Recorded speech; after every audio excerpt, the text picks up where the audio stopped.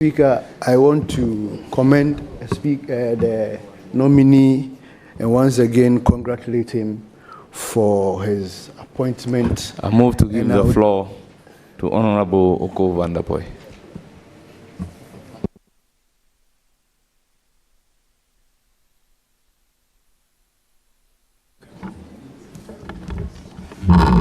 Thank you, Mr. Chair. Nominee, congratulations. I'm one of the many Ghanaians who are very happy to see you where you are seated this morning. Nominee, I've worked with you in the 7th Parliament and in the 8th Parliament as my leader on the Foreign Affairs Committee.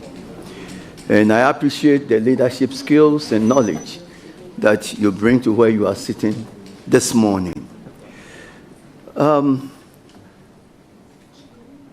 When you get to the ministry, what would be some of your priority areas? Well, thank you very much, Dr. Oko Vanderpoy, and thank you for the kind words and the tremendous support you gave me for 8 years on the Foreign Affairs Committee as my deputy ranking. I have just talked about one of the priority areas, economic diplomacy, pursuing bilateral agreements to create jobs for the young people of our country in a regulated migration that benefits the individual and the country. The other thing that I want to reform is our passport regime.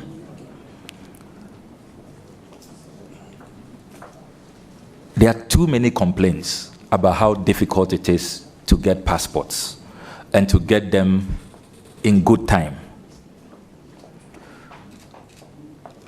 I have been going through some briefs, and I noticed that we have a backlog of over 70,000 passports that have not been collected. Then there are issues with the middlemen, Goro boys, and all of that. I recall the former foreign minister, the Honorable Sheila Yokobuchi, storming the passport office in frustration and saying that, look, this crisis cannot continue. I would like to use technology to reform our passport regime. I don't think that we should still be requiring Ghanaians who have a Ghana card to go to passport office for their biometrics. This system of silos. Honorable nominee, the question was your priority areas. You mentioned economic diplomacy, and you mentioned passport acquisition. If there is any other, mention it to us so that we can make progress. Well, thank you, Chairman. I thought that you would be interested in the details, how I'm going to implement these reforms. So, just to be brief, I get your cue.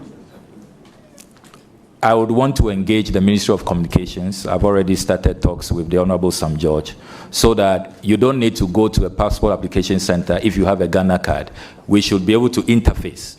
It should be possible to sit at home, apply for your passport. And then also, I want to end this business of going back to the passport office for your passport. It's so outmoded. We can engage courier services to send your passport to you at home or in the office. So modernizing the whole regime as we move from the current biometric to chip embedded passports will be a matter of importance to me. Then the third one, as I conclude, is a reform of the institution, the Foreign Service. I would like to introduce a department that will focus on delivery, the delivery unit. I want us to give clear KPIs to our ambassadors and our high commissioners. Now, where we are in the current global ecosystem, you can't be relying on aid, relying on loans, relying on other countries. Let's aggressively pursue economic diplomacy. When we send you there as an ambassador, it's not just to be attending events.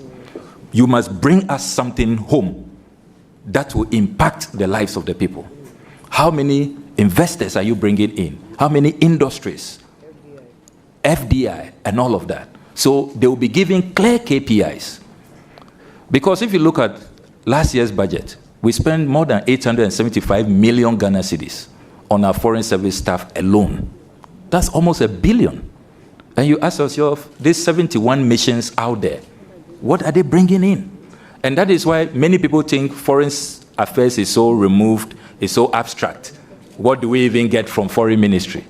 We are going to change that perception.